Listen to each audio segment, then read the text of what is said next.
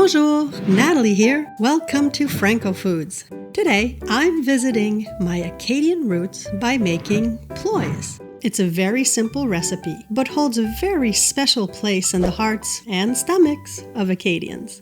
So to start, I'm mixing together the dry ingredients. For those of you who don't know, ploys are a buckwheat pancake. Now, although I'd never heard of ploys per se, growing up my mom used to make galettes de sarrasin, or buckwheat pancakes. She'd make them for my dad on a regular basis. I thought, aha, that's what it is, it's the same thing. Then I started researching for recipes, and I found that there are recipes for ploys, but there are also pancake recipes that use milk, eggs, butter. So basically closer to the original Bretagne crêpe.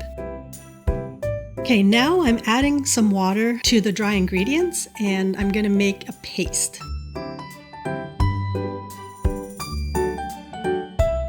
Once that's done, I'm going to add hot water to that paste and turn that into the actual batter. I want it to be thicker than crêpe batter, but thinner than pancake batter.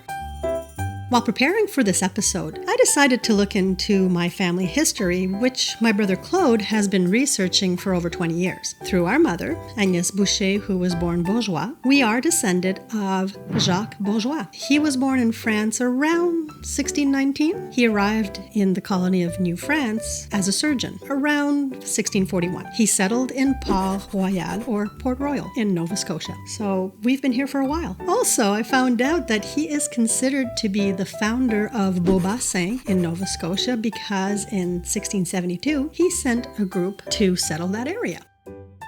Okay, now the batter needs to sit for 30 to 45 minutes so that it thickens.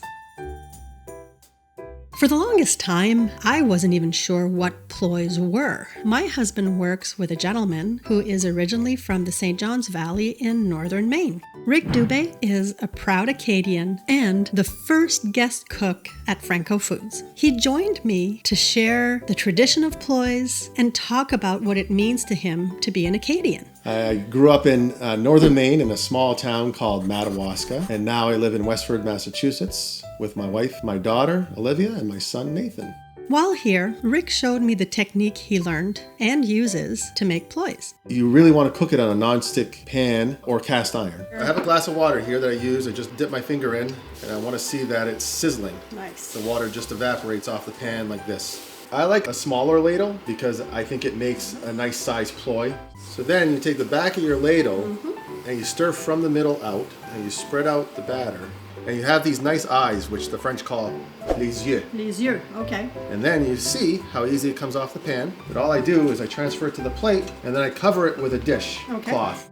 Ploys are an Acadian tradition brought from our ancestors from Nova Scotia. That's how I introduce my kids to the Acadian culture. I do it through food, like chicken stew, like ploys, and other Acadian dishes.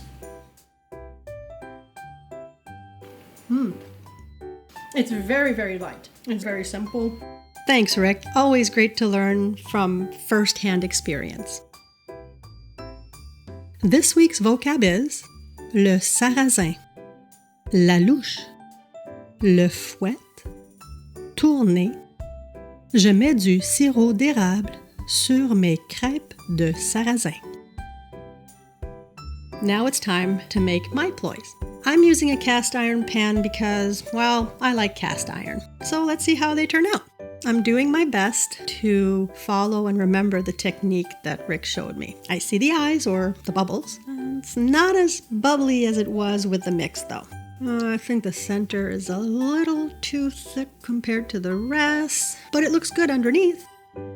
So, in researching about ploys, I did find an article that mentioned that the Welcome Center in Edmundston, New Brunswick will offer ploys to visitors. The person that they showed making the ploys, they didn't do the circle technique. They just poured on the pan and it cooked. So, I think I'm going to give that a try and see how that turns out and compares.